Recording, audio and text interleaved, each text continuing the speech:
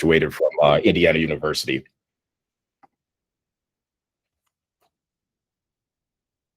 We didn't need that Indiana part. That's right. We got the Purdue in the house.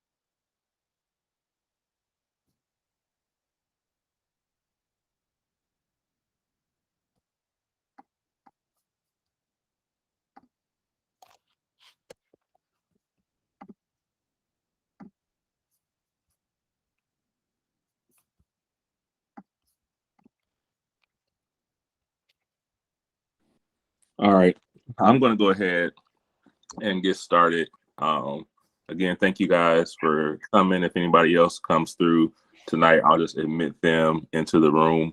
But it's my pleasure to introduce Will Taylor, who is one of my really good friends, really a brother. We don't really have time to get into our whole background, but he's a 14-year senior user experience consultant and strategist, providing design solutions for leading startup ventures across a variety of industries and global tech companies. Notably, he has led the design initiatives for John Deere, Anthem Blue Cross and Blue Shield, Clorox, Capital One, and many others, heavily focusing on providing strategic user journeys, accessibility standards and compliance protocols, usability testing and market analysis across both platform-specific design and web-based applications. He has also served as a design manager and director for a leading government agency tasked with creating analytical and geolocation tools for the Department of Defense. So what an amazing resume. And we're going to talk a little bit tonight. I'll have him share his slides and kind of have an open format from here and give him the opportunity to talk a little bit about, you know, his background, his experience, some of his tips. He has a whole presentation prepared for you guys. So really looking forward to digging into that. And I'm going to hand it over to you, Will. And thank you for agreeing to do this and connecting with our community and these learners. I think they're really going to learn a lot from you this evening. Well, Mark, I appreciate the introduction. And good afternoon, everybody that's tuning in to the call today. As Mark said, I definitely want to keep this like an open forum. I do have some slides to kind of go through, but one of the things I wanted to talk about today, especially as you guys are starting to jump into the tech industry, is not only jumping into tech, but also giving you the flexibility of building a sustainable future in tech, especially as a minority.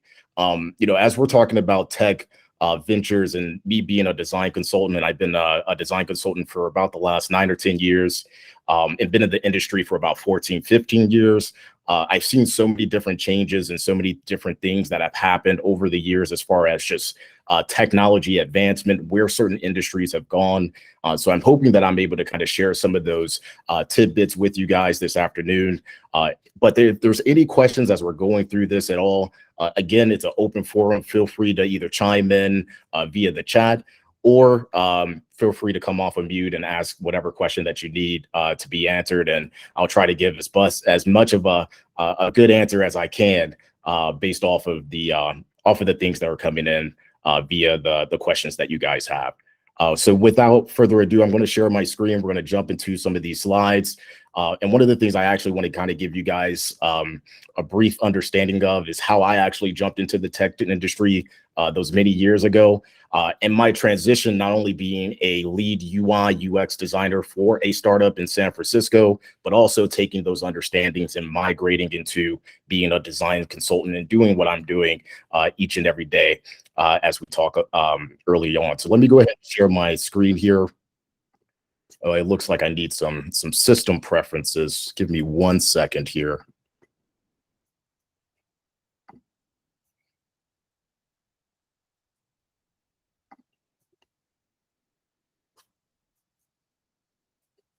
Okay, let's try this again.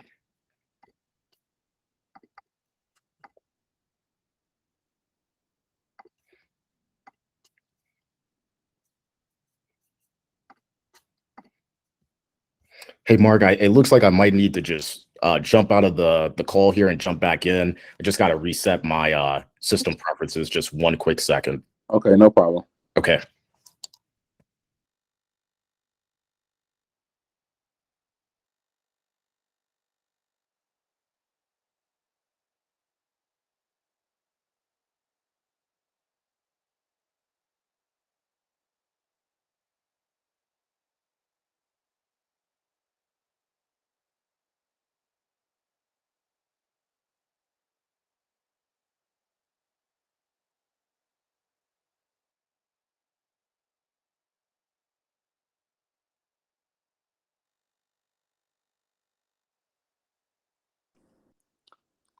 All right, let's see if that. Here you go.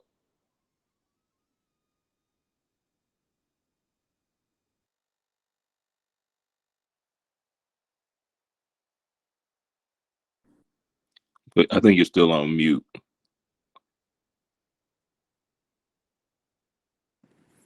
Okay, there we go. Can you guys hear me now? Yep. Okay, Yes. perfect. Great. So kind of jumping into the slides, want to kind of start at the beginning for me as far as how I got started in tech as being a UI designer. So we're going to kind of talk about some of those humble beginnings. One of the things that you'll notice is that I wasn't a UI UX designer when I first got started in the industry. I actually took a slightly different path in order to get into UX and UI work. And then we're also going to talk about some of the unknowns when you're jumping into tech. There's a lot of glitz and glamour around what is tech. You kind of hear about the insane amount of money that's kind of floating around for, people that are kind of jumping in and doing their own thing. Also kind of talking about the remote working aspect of it, but also talking about the realistic expectations of some of the shortcomings in tech for you guys to be prepared for, so that you're not caught necessarily off guard as far as some of the transitions that could happen once you start to get out there and starting to jump out there on your own. And then lastly, talking about some tools of the trade that I picked up over the years that have been beneficial for me, things like communication and how to communicate to particular stakeholders, but also being able to pick on a few other tools that I think would be beneficial for you guys as you start to build your career and onward from that perspective as well. So kind of jumping in here, and this is my humble beginnings of being a designer at this moment in time. And these pictures were actually taken when I was in college at IU, Indiana University. Go Hoosiers. I actually wasn't a web designer or UX UI designer at this moment in time. One of the things that I outlined or underlined here is that I actually didn't want to be a web designer when I was in college. I was mentally fixated on being a graphic designer and focusing heavily on doing brand work, so doing things like logo design, typography, and I really shied away from doing website design work, especially around this particular time. We didn't necessarily have many social media applications that users would be more inclined to use on a daily basis. I think at this time we had Twitter, we had MySpace, we had Facebook, but things like Instagram wasn't around, Snapchat wasn't around. So we had at this moment in time a transition perspective as far as how tech was actually starting to move in that direction. So at this moment in time, a lot of the design jobs that I was a part of was mainly in that print industry. One of my first design jobs, and this was actually when I was at IU, was that I was a print designer for the local school newspaper. Those are where the first two photos is actually seeing me in work creating things like page layouts and those sorts of aspects for the local newspaper that we had shipped each week. And that's sort of my introduction, and not only into user experience design, but also just in design in general. Up to that point, I was around computers, but I didn't necessarily know all of the different types of industries that I could jump into. Again, web design was more or less what we had outside of print design at that moment in time. And there was also some uncertainties around where the industry was also starting to move at this particular direction. We didn't know at this moment in time that print design was also going to be reduced, because one of the things that you notice, especially nowadays, is that a lot of print specific companies are now on websites and have their own applications. One of the clients that I worked for about 2.5, 3 years ago was actually LA Times. And one of the things that we did did was build applications specific for the use cases that we were designing for that moment in time. Because of that transition of people going to websites and going to mobile apps to get the sort of understanding about news and things around that were happening in their local locations. So we started to see a huge transition in that direction. But back in 2006, 2007, I had to be about 19, 20 years old. One of the first real design clients that I had around this time was a local winery. And I'll never forget one of the first checks, one of the first payments that I received as a contractor, as a freelancer, was for $150 for doing print material for that particular local winery. And I was excited just because I was getting my, some additional funds coming in. And as a broke college student, you can imagine where that $150 meant to someone that was, living on campus and going about his day-to-day responsibilities of being a student. And as I mentioned, during that particular time, the only social media presences that we had was Twitter and MySpace. And even from a design perspective, if there are designers on this call today, we weren't utilizing things like Figma or Sketch or XD. We were creating designs in Photoshop and Fireworks. And I don't want to mention this, but we were also creating designs in Flash as well. So we were very behind as far as some of the technological advances at this moment in time compared to where user design and user experience design has gone into, especially over the last few years. Taking a look now, and this is 14 years later, as Mark mentioned, I've been fairly having the ability to kind of design these platforms for a variety of users across both web and mobile platforms. I've also managed design systems. So design systems is what other designers use to build those particular high fidelity designs and wireframes for a lot of variances of companies, both startup and Fortune 500 companies, including Clorox and Capital One. And I've also managed design processes for successful checkout experiences to help with improving conversion rates and ROIs, specifically in the industry-leading e-commerce experiences as well. And then lastly, creating those things as far as analytical dashboards for John Deere and Anthem Blue Cross and Blue Shield. So some of these pictures were taken over the years. The one in the upper right corner, that was actually when I was a freelancer for Capital One. We were actually going out and meeting particular users that were utilizing our Spark Business application at that moment in time. And then the upper left and the bottom right corner was from one of the tech events that we had in San Francisco, where we started to reach out and teach others about design, about development, about agile workspaces, as far as encouraging those particular people to jump into the tech market.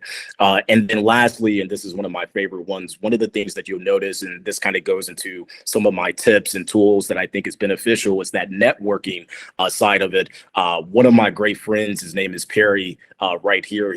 We worked together at one of the startups that I worked with in San Francisco. He's now over the data team at Y Combinator in San Francisco.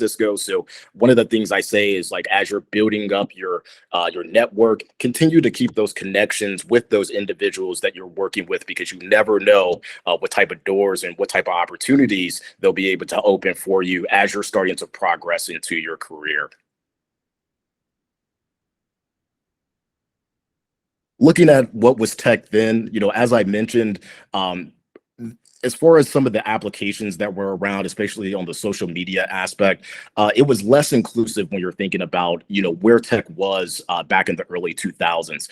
It almost felt, somewhat secretive as far as how the industry was moving. For those that weren't in the tech industry, I know when I was a designer thinking about jumping into doing user experiences, there was a lot of unknowns as far as what the industry was, what the pay was, where things were actually starting to move during that particular time. But you also had some of those groundbreaking and innovative experiences that were coming out during that particular time as well. The iPhone that was released, I believe, was 2006, 2007. The first iPhone that was released from Steve Jobs hit the market. And then we also had Instagram follow up in 2010 that started to change the way that we interacted with each other and started to migrate a lot of our social lives onto these particular social applications. So you started to see, a lot of the innovative innovative movement in the tech industry moving in a particular time during this particular time span that I was starting to jump into becoming a UI UX designer. What is tech now? I would definitely say it's more approachable. I think when you jump on YouTube or you jump on Snapchat or you jump on Instagram, you see all of these tech influencers and people that are encouraging other individuals as far as jumping into the tech industry. It's easier to understand because there's so many resources that are available where you're looking on not only the YouTube channels, and it's easier to understand and kind of jump in and learn things about design and development that you wouldn't necessarily have the flexibility of jumping and understanding early on back in those early 2000s years. It's also more glamorized. I think when you look at tech as a totality, there's a lot of people that are starting to push that, that Tesla and having the latest iPhone, and it's more socially understandable and accessible nowadays than it was before. And then there's still a lot of innovation that is happening right now. You look at the metaverse, you think about AI and machine learning, but there's also some repetitiveness just because you're seeing that there's a lot of tech companies following some of those existing but successful tech companies. So that's some of the comparisons as far as where tech was compared to 14 years later. Jumping into and kind of talking about some of the glitz and glamour of tech versus the realistic expectations of the industry. As I mentioned, some of the understandings of tech is a little bit more, but it is realistic as far as the understanding of once you actually start to jump in and build your career. There's definitely a lot less upfront cost for schooling versus other professions, which actuality, which on the other end produces more high yielding returns as far as your income. So if you're looking at, and I have a friend of mine that's a doctor in New York, in comparison to, jumping into nursing or jumping into sort of those different professions, you're noticing that you don't necessarily have to take a full 4 years or 8 years of education in order to jump into being a proficient UI UX designer or a developer. A lot of the learnings that we take nowadays is more or less self-learned. If you're jumping in and starting to understand a lot of those experiences, building upon your education is something that happens in your own time, just based off of the amount of resources that are available to you. There's also that competitive advantages of high salaries and high-end positions at top companies and firms in comparison to other industries. One of the things that I noticed when I lived in San Francisco about 8 years ago is the ability to move up in ranking happened a lot faster in comparison to other industries. If you start off as a junior UI designer, you can move up into a mid to senior level within 5 years very easily, especially depending upon if you're working in a startup environment. So having that ability to move up in those salaries and in those rankings, I would definitely say tech is one of the bigger industries that allow you to move up fairly quickly to provide those increases of your salary, as well as your overall resume and positions that you have at those particular companies. Also, the ability to work remotely and travel while working. One of the things that I like to say is that I've been a remote worker for about 8 years. So this is actually prior to COVID. I was working remotely. So being able to travel to different locations and still be able to work and interact with your clients, that's a big win, especially if you're jumping into the tech industry. And that's something that a lot of people start to, move over into the industry, is because of that flexibility of being able to travel and to bring their laptops with them. And then lastly, being able to connect with offshore companies that gravitate to talented designers and developers that are here in the US. So one of the things that a lot of people thought, especially a few years ago, was that San Francisco was almost like the hub of the tech industry. Nowadays, a lot of those hub sort of tech leading companies have moved elsewhere. You look at Tesla, they've moved to Texas and started to migrate to other locations around the world. Snapchat is located here in Santa Monica, here in Los Angeles. So the ability to not only work remotely, but being able to interact with companies that you wouldn't necessarily have the flexibility to if you were in a different industry, because of that remote factor that we also have in the tech industry that we're starting to jump into as well.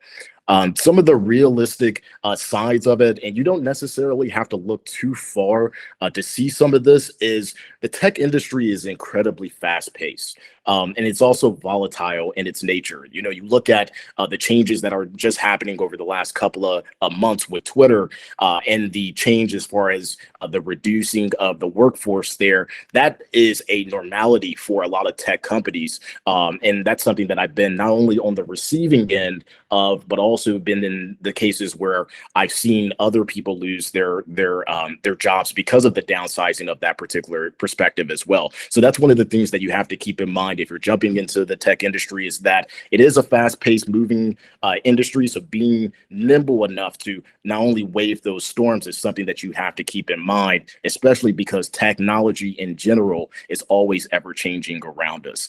There's also that quick turnaround would include longer hours of work. I know that's something that isn't fully highlighted in a lot of cases when you're thinking about jumping into the tech industry, but it is a realistic portion for some of us that work in this profession, especially if you're jumping into the development phase of it, is being able to not only work the hours that you want to work, but sometimes you have to put in that extra time depending upon the clients or the company that you're working with. And especially if you're trying to launch something by a particular date, having to have that flexibility of continuing to, you know, work those additional hours to make sure that that particular project is launched on time. And as I mentioned, because of that volatile nature of the tech industry, job security, because of that fast-paced movement, is always going to be a concern for a lot of us. And that's one of the reasons why I always try to encourage people to move into that freelance design consultant role, because then you take some of that power back because you're working with a variety of clients instead of just working for a particular company at that moment in time. I know I went through a couple of those slides pretty fast. I'm looking at the clock here. We're at 3:26. Just wanted to open the floor to see if there's any questions before we start to kind of jump into the meat of the presentation. If they don't have any questions, and I do encourage you guys to answer some questions. I'll give you guys some time, but I do have some questions myself. Sure. Hey, Will, I just wanted to say thank you for coming to share your journey with us. Yeah. I am actually a junior developer as well as a designer. So I did hear that you kind of like, you know, crossed over those two roles together. I notice in a lot of positions that they tend to kind of like cross over. You have to have a little bit of developer experience with the design roles and vice versa. It's a little bit you know, inspiring to hear. It is inspiring actually to hear someone, you know, go on that journey, and gives me a little bit more hope as I'm looking for full-time opportunities right now. So it kind of gives me that encouragement to keep going with the course because I kind of slacked a little bit. Yeah, no, that's great. You know, one of the things I would say, and again, I'm kind of putting my design consultant hat on, is value.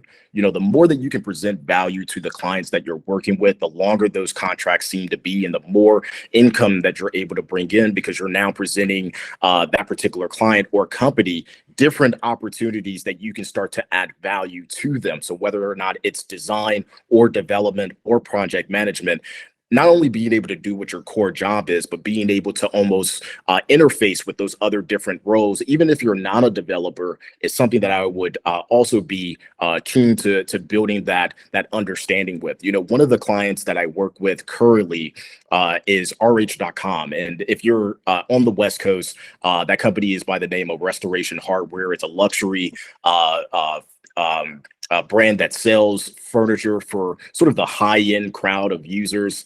Some of the things that they sell are like $10,000 coffee tables. But one of the things that you have to be able to understand, and I actually have this in one of the tools of the trade, I would call them, is being able not only to speak the language from a designer's perspective, but being able to interface and being able to communicate what your intended user experience is between developers and stakeholders. You know, not only being able to speak the design language, because sometimes we get into some of the complexities of user flows and user experiences and color theory and accessibility. Sometimes those stakeholders are not necessarily going to understand a lot of that. So you're having the flexibility of being able to break that understanding down for them. And that brings a lot of value, because not only are you able to bring the design portion of it, but you're also able to communicate, okay, this is going to be your ROI if we make these sort of design changes. And because I understand that these design tweaks on the development side are going to be lower from a time consumption standpoint,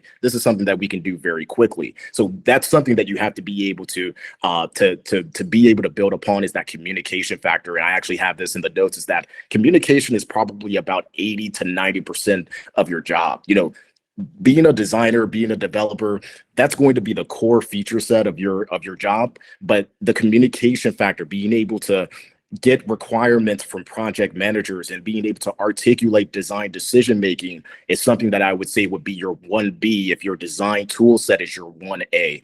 So that's something that I would definitely consider, as not only building upon your skill set, but being able to communicate that skill set across different varieties of individuals that you come into contact with for that particular company or client that you're working for. Absolutely. Thank you so much for sharing that. Yeah. Sounds like you have to have a little bit of tech sales in there as well to be able Yeah. to, talk to these different stakeholders and, just have that experience of being able to communicate your product and with a little bit of flair. So thank you for that. Yeah, no problem.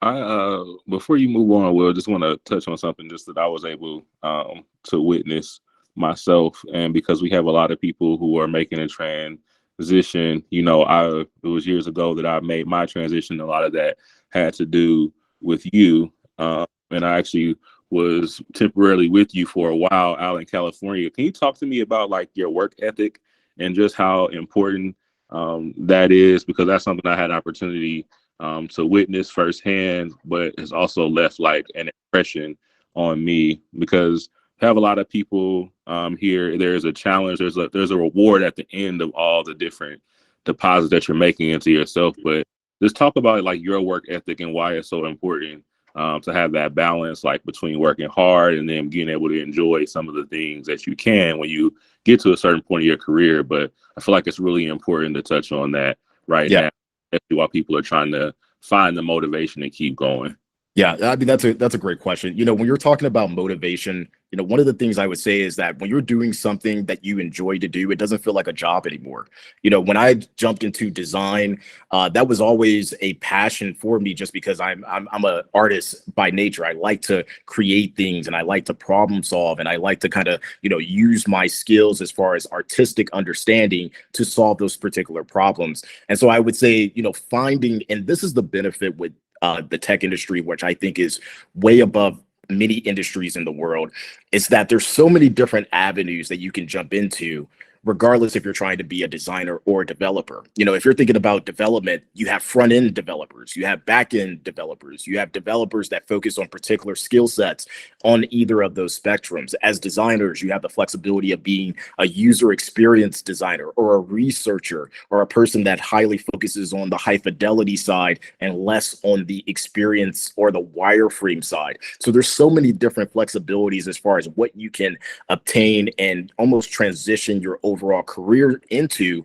just based off of what you're wanting to do. And tech allows that to happen. There's so many different situations, and I'll name one off the top of my head. When I was in San Francisco working for a company called Fuse as a lead UI designer, one of the designers that we had on our team was a retired attorney, and he jumped into design because that was something that he always had a passion for. He always had almost like something that he wanted to do on the design side, but he didn't necessarily know how to, apply some of his attorney learnings into that particular process. Over the years, he became even today, I would say he's one of the most intricate and understandable user experience designers, just because his problem solving understanding from his previous field he was able to cultivate that in his design process.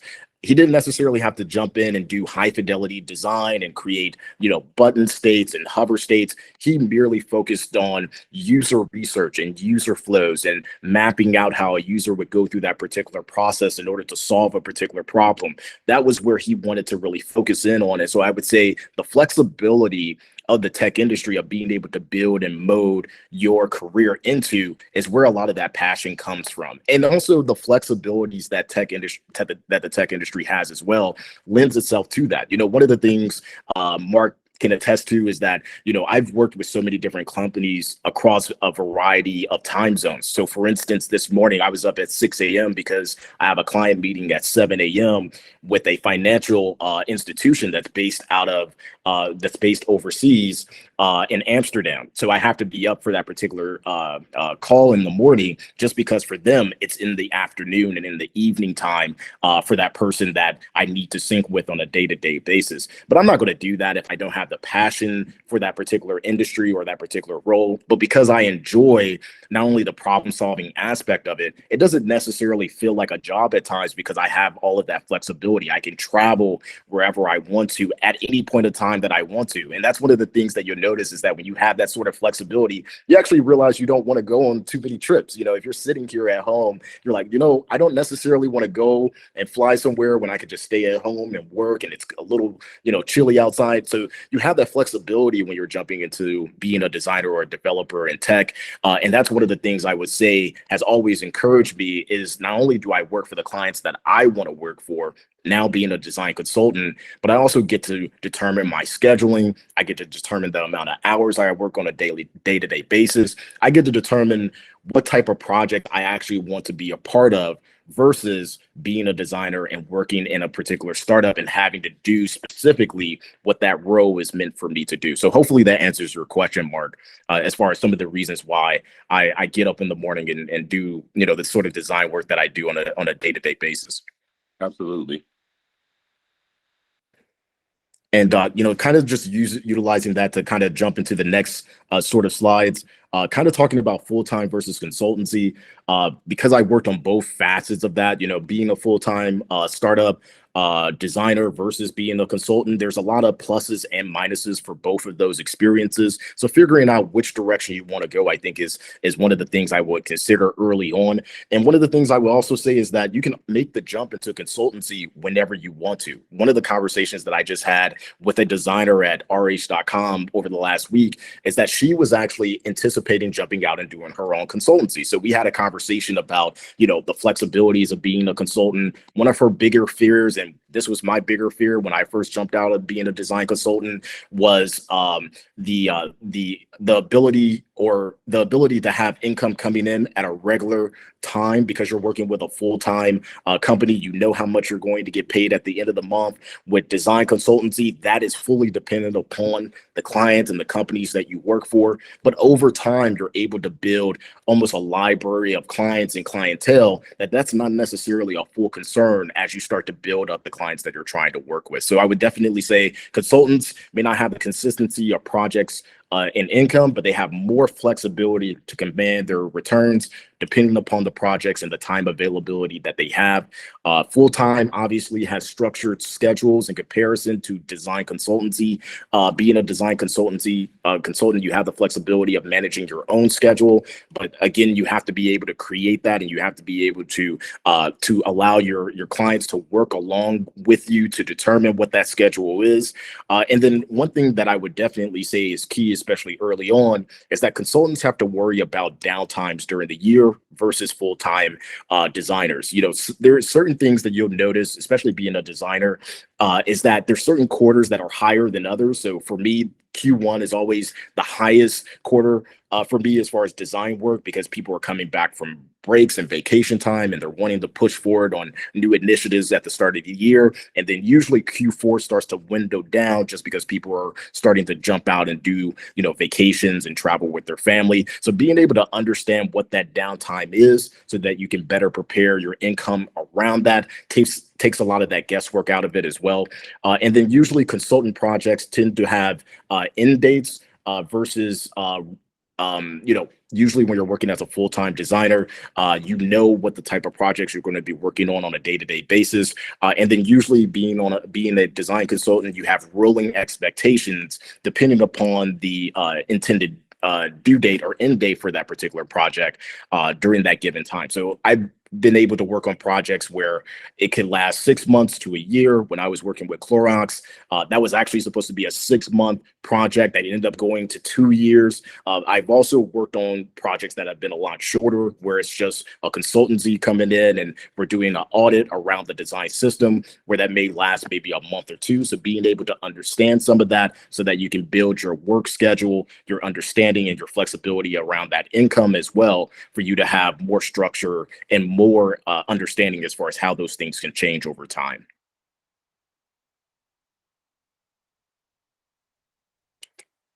Now, lastly, I just kind of want to touch on these pretty quickly because I do want to give the floor to you guys to ask any additional questions. These are some of the tools that I think are beneficial to understand and to learn and to keep in mind as you're jumping in and becoming designers and developers, and also as you're starting to build your understanding as far as where you want your career to go. One of the bigger things that I learned early on in my career was becoming flexible.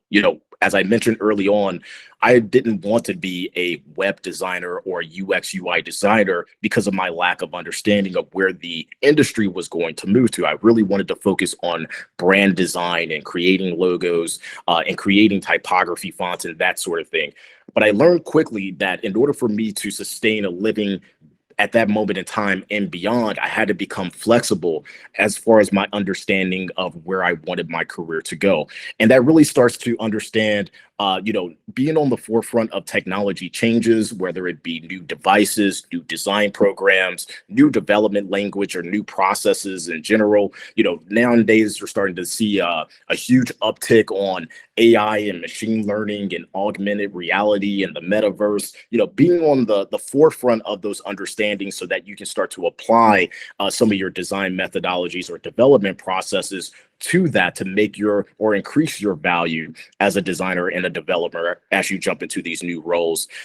Also keeping your eyes and ears down to the changing industry news, whether directly or indirectly to your industry. One of the things that you notice is that the tech industry is almost a follow the leader mentality. You'll see that, with Elon Musk taking over with Twitter and the downsizing of all the employees that were let go, that you started to see an uptick of other major tech companies starting to reduce their workforce that they increased during the COVID crisis. So being and understanding how those things will change both directly and indirectly helps you to apply that to your learning so that you're better prepared as far as how those changes may or may not impact your role moving forward. Also, the last thing is taking on an understanding as much as possible about areas that connect directly with your position. So as I mentioned before, not just being knowledgeable as a designer, but also being knowledgeable as far as all of the other positions that you're going to come in contact with, whether that's a project manager or the development team. Understanding the limitations of the platforms that you're building is going to be beneficial. And then also understanding the roadmap of that particular platform that you're designing or developing so that you can plan ahead of time as far as how you're making those changes in your designs, in your development processes, so that you're better prepared for those outcomes as well.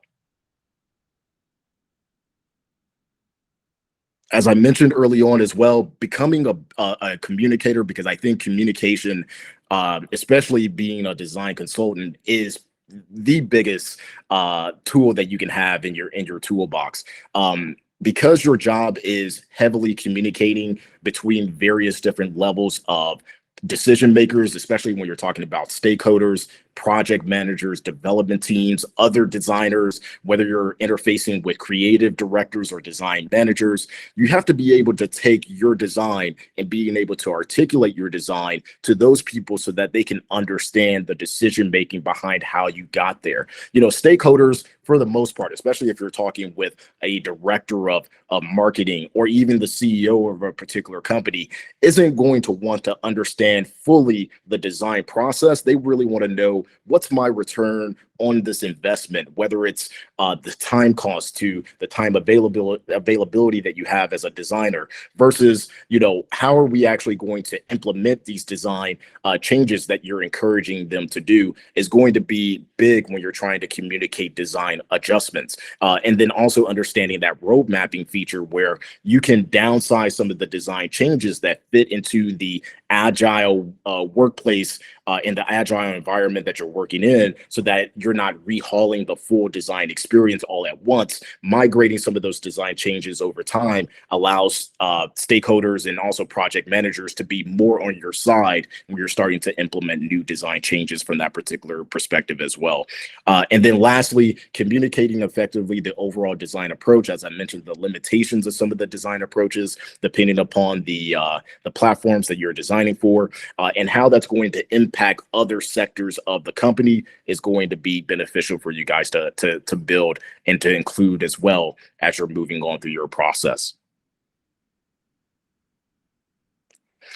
Becoming a better decision maker. One of the things that I've learned over time is that design and implementation of design is much more than personal inputs and feelings. And I know, especially when you're talking with stakeholders and certain individuals, depending upon the companies that you're working with, they're going to want to push their own feelings and their own perspectives as far as what design is. The benefit of being a UI UX designer is that not only do you bring your expertise as a designer, but you're also being able to support those decision makings with claims from quantitative data and research that you gathered along that process as well. This is huge when you're talking about pitching new design processes and new updates to a particular experience, is being able to support those designs, decision makings with usability testing, market research and analysis, user engagement and drop-offs, and just design best practice, because that's going to get the more push behind you, because not only are you making the design decision and the changes from what you think is best from a designer's perspective, but you're also supporting that with some additional backing from what you've seen across the market. And then along with that, becoming a student in learning more about best practice methodologies and platform specific use cases, and also accessibility standards, which is huge. Like when you're building a web application platform, understanding who's actually going to be seeing that in the target markets that you're designing that platform for should go into your decision making where you're updating a website experience or building an e-commerce store. Understanding font sizes and color theory and how certain colors translate across various different blindnesses is something that you want to take into consideration as well, especially if you're doing auditing of particular design platforms. That's one of the first tasks that I usually do when I jump into a project, is that I do a full audit of that particular experience where I look at best practice standards and accessibility. And I bring a lot of that information back to those particular stakeholders as far as ways that we can improve the design before we actually start to jump into any type of design work. And that really starts to benefit us as we start to, make those overall changes moving forward. And then lastly, becoming an advocate of user interaction. As designers, we usually think about what's good about the design, but we also need to think about who's actually going to be interacting with those particular experiences. So taking a user's first perspective of who's going to be going through that particular experience, who's going to be going through and buying particular products, what type of issues are they dealing with when they're going through those experiences, making sure you're taking a note of that prior to jumping into design so that you're solving for those particular problems prior to actually moving those elements in design work into development as well. And then the last thing that I have here is becoming a learner. When you're talking about jumping in and being a UI UX designer or a developer, this is something that I think applies not only to the tech industry, but in life in general. You don't ever want to be the smartest person in the room, because if you surround yourself with people that know more than you, that have more experience than you, you can start to pick up on certain different elements of their learning experiences that you can apply to your day-to-day responsibilities. When I worked at Fuse, one of my mentors at that certain time was the director of product at that particular company. His name is Mike Bidet. And one of the things that he pushed me to, because I was on the fence as well about those 7 or 8 years ago about jumping out and being a design consultant, is that he pushed me in that direction as far as encouraging me to jump out there and kind of do my own thing. We were actually in the process of selling the company, and one of the things that I had to make a decision on was either continuing on with that particular company that we sold to, or jumping out and being my own being a design consultant at that moment in time. And one of the things that he told me was that you can always come back to full-time work, being a full-time UX UI designer, being a developer. That's always going to be there. But some of the opportunities that you get with jumping out and doing freelance or being a design consultant may not always be available to you. So jumping out and doing your own thing, I would definitely encourage you guys to try to do that as early as possible because of some of the things that I was able to learn along the way. One of the bigger things that I took away from me jumping out there and doing my own thing, now that I look back on it, is why didn't I do it sooner? Because of some of the learning experiences that I had over the years. I could have made that jump maybe 2 or 3 years earlier, but I was so afraid of leaving the stability that I had in the full-time job that I had and worked for at that moment in time. I was able to build that stability over time during my consultancy. So, not able to jump out there and do my own thing earlier than possible in comparison to when I decided to do that is one thing that I always look back on. But that's definitely something that I would consider you guys too, is breaking away from your comfort zones, because usually sometimes some of the best learning experiences are right outside your reach as far as where you consider that comfort zone to be. For me, again, it was that stability of always having that paycheck coming in. But if I didn't make that jump, who knows where I would have been in the tech industry years down the line. I might still be working for a full-time company still at this moment in time, going back and forth, trying to figure out whether or not I wanted to jump out and be a design consultant. So continuing to push where that comfort zone is for you guys, because there's always going to be some learning experiences that you can gather from that as well, which is usually going to be positive when you're starting to move in that direction of building your own business.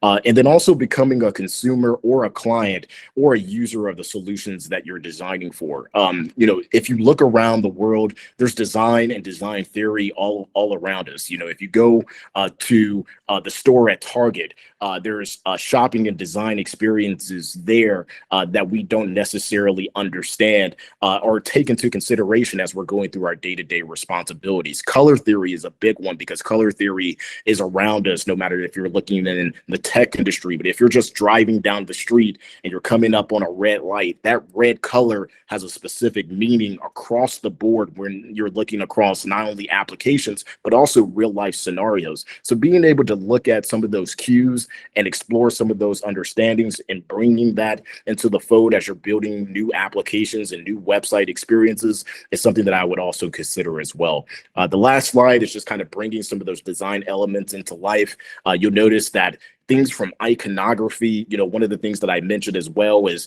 the signage that we have in the grocery stores. There's a reason why if you walk down a particular aisle that there's a number with labeling to let you know what items are there in that particular aisle. There's also a reason why things like dairy and meats are always located away from the shopping area where you actually check out, because they're trying to encourage you to go to the back of the store, because they know that you have to come through any of these aisles to pick up additional food or elements or items that you're looking for before you actually get into the checkout experience. So there's a lot of these design decision makings around us each and every day. So taking the consideration of that as you're looking across the board and looking across some of those experiences is definitely something that I would push you guys to do, especially if you're jumping into the design side of the tech industry as well.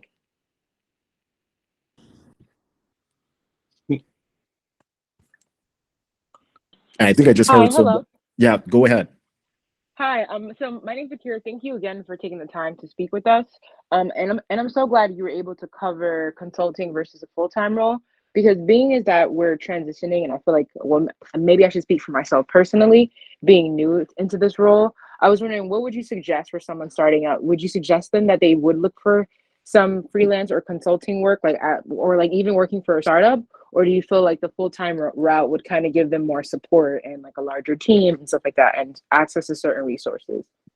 That's a great question. One of the things I would say, especially now, because things have changed so drastically, even just looking over the last 2 or 3 years, before COVID, we didn't have the flexibility, or there was some flexibility on working remotely, but it wasn't industry wide. Whereas now, if you look on any type of job searching website, everyone's looking for remote UI UX developer opportunities, and there's so many elements out there across a variety of industries. So I would definitely say jumping into a full-time role first is beneficial, not only from the security of the job perspective, but also is going to give you the flexibility of understanding all of the different variances of what it takes to build a successful application or website experience. You're also going to see the correlation between communications across various different stacks. When you're talking about designers talking to developers, or designers interfacing with stakeholders or project managers, you're able to see how that's actually broken out in a startup or a corporation environment. I would also say a startup versus a corporation environment, corporations are going to be a little bit more structured. So you're going to have more of a top to bottom layout as far as directors, senior designers, senior developers, junior designers, and developers. It's going to be more top to bottom integrated as far as how that layering of communication is going to be. With startups, is going to be a little bit more fluid, because usually with startups, they're trying to get MVPs out the door very quickly. So you might have a director, but you may be a team of designers that answer directly to a CEO or a CTO of that particular company. I would definitely say having both of those experiences are great, because if you jump out and do freelance work, you're able to understand the benefits of both of those elements and how they work together. And then also you're able to understand whether or not you want to take on corporation clients versus startup clients, because there's going to be a variety of differences between both of those experiences as well. Usually corporations are more structured in their documentation as well. Startups are going to be a lot more fluid and a lot more flexible. You may seem like you're kind of designing and developing at the same time also, and sometimes that works for a lot of people, because you're right into the thick of building a product that's going to go directly out there into the industry. Corporations are going to be a little bit more structured and a little bit more dependent upon an agile work environment and how things are going to be moving through sprints. So I would say working full-time, but also jumping into some startup experiences is going to make you that much more valuable, especially as you start to jump in and doing freelance work on your own. All right, thank you so much. Yeah, I really appreciate it, 'cause I feel like that's where the confusion comes in. Like, oh, okay, like should I do consulting? Because like even though I know like formal education, as you mentioned, isn't like absolutely necessary, Yeah. but I do know some designers who like have done a lot of like, I guess, like side projects, or like Yes. volunteered for Yes. different organizations, so they feel like they have the experience to go with Yeah. like startups, or like, I guess, from that consulting perspective. But yeah, I feel like maybe going the more full-time route will give you the ability to just see other, like, Yeah. work with cross-functional teams and stuff like that. So thank You you. know, yeah, no problem. One thing I would also add is that there's no limitations as far as what you can take on outside of your full-time gig. That's actually one of the things that I did early on, that I had my full-time job when I was living in Atlanta at the time. I was working for a e-commerce agency, and I actually had my own small clientele that I was working on the side. So I wasn't like fully just jumping out and, building my design consultancy without any clients whatsoever. So over time, it made it a lot easier for me to move into a consultancy, because I was already familiar with things like contract work and, getting an accountant to handle some of the specifics on the money side of it, and then getting your business information together. Having that freelance work on the side allows for some of those learning curves to happen without fully changing how your income is coming in as well. So I would definitely say, if you do go the full-time route, whether it be with a corporation or a startup, also get some additional clientele on the side that you can, work with a startup here and there, or work with a freelance or agency here and there to kind of build up your portfolio as well. And that's just going to, again, get you more understanding as far as how that user experience is going to go. And then also, as you're taking learning from your Oh, sorry about that. I heard some things coming in on the chat here. Also, when you're taking those learnings from the full-time job, you can obviously apply that to your freelance work as you're understanding how that process is going to work as well.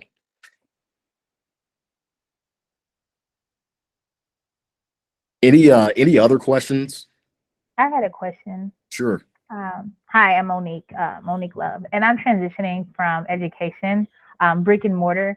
And so one of the things that I didn't know would be such an issue is understanding that I'm not actually right now in a building. And since I went through education, I went through IU too, IUSV though, in South Bend.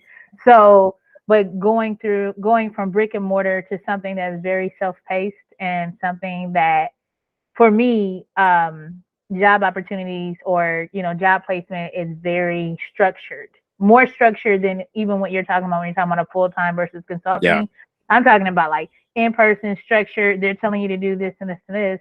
And even though, you go through schooling and you're a teacher and then I became a principal, whatever, I'm transitioning from that. And I think it's a culture shock for me as far as like education to technology. And you can mend those because they definitely need to, if they're not putting technology in education, they're like 100 years behind. However, I don't know if you can speak about that, just that shock value that comes along. Because one of the things that I'm finding is just like, it's not like the motivation is just kind of like, oh, I'm supposed to do this without being told, but just like you said, keeping up with technology, the different advancements and stuff. And I'm like, where do you find those advancements? Yes, I can watch the news. I can see what's happening with Twitter, and you can see what's happening with Facebook and Meta and all of those things. But like, is there somewhere that I should be looking? And how do you overcome that culture shock from brick and mortar job placement to something that's going to be self-paced? Yeah, that's a great question because I have a lot of family that work government jobs. And so they're very used to having that structure from top to bottom and knowing exactly what they're supposed to be doing on a day-to-day basis. And it takes a lot of that guesswork out of that particular experience of how things are supposed to go. One of the things I would say is that being in the tech industry, because it's so fluid as far as how things are changing, there is a self-understanding as far as going out and finding things on your own. Because if you notice, there's a lot of companies that follow other companies, right? Like if you look at Snapchat or Instagram, they're starting to incorporate over the years things that they've seen other companies do as well. So there's sort of that follow the leader mentality of as far as how tech companies are also going through the process of encouraging innovation for their own particular use cases. So I would definitely say, especially being a designer, there's that understanding of having to go out there and kind of search for those elements on your own. I would say from the perspective of the learnings that you have online through particular companies that cater to learning specific. So one of the companies that come to mind is General Assembly, which also has certain programs that allow you to understand as far as how design or how development is supposed to go as well from that particular perspective. Because tech moves so fast, there's always going to be that case where you have to almost relearn things. For instance, as a designer, Figma is like one of the major tools that we use on a day-to-day basis currently. But Figma wasn't the tool of choice 2 years ago. It was Sketch.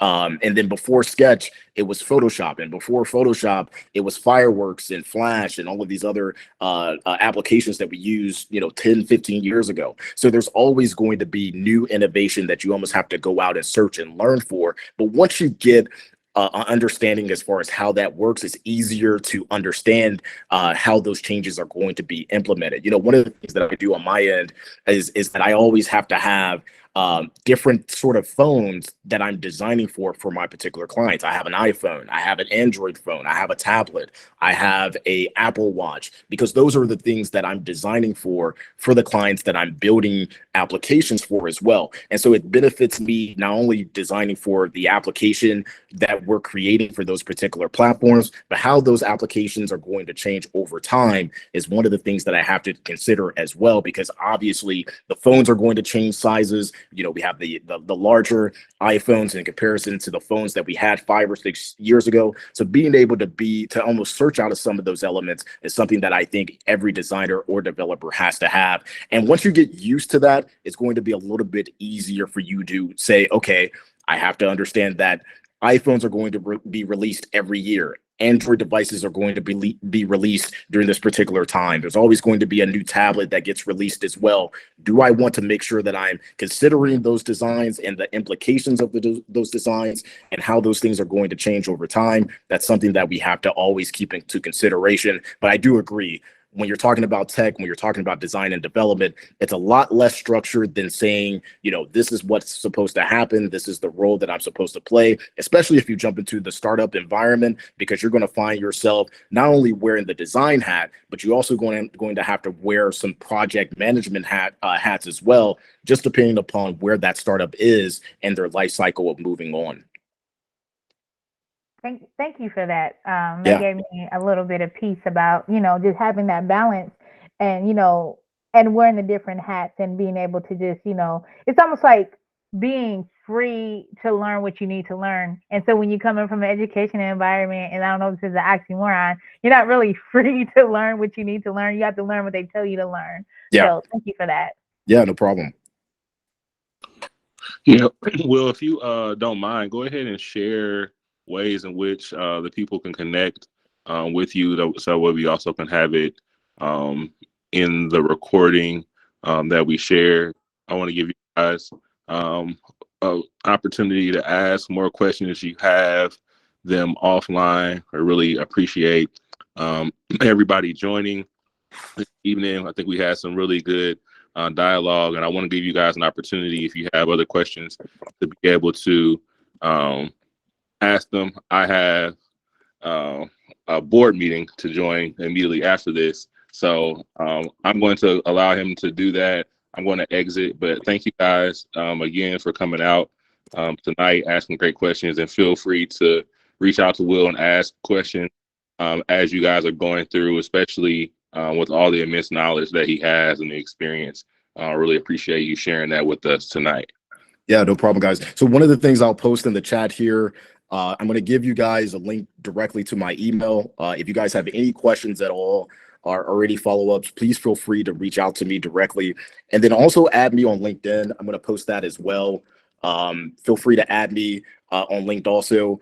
If there's any additional questions that you have and concerning as far as how design is moving through the tech industry, feel free to reach out to me. And then Mark, we may want to set up another call because there's definitely so much to cover, especially when we're talking about the tech environment and the tech industry and being a minority in tech, that we may have to sync up and do another one or a version 2 of this to get as much questions and feedback from you guys to make sure that you got all your questions answered as well moving forward.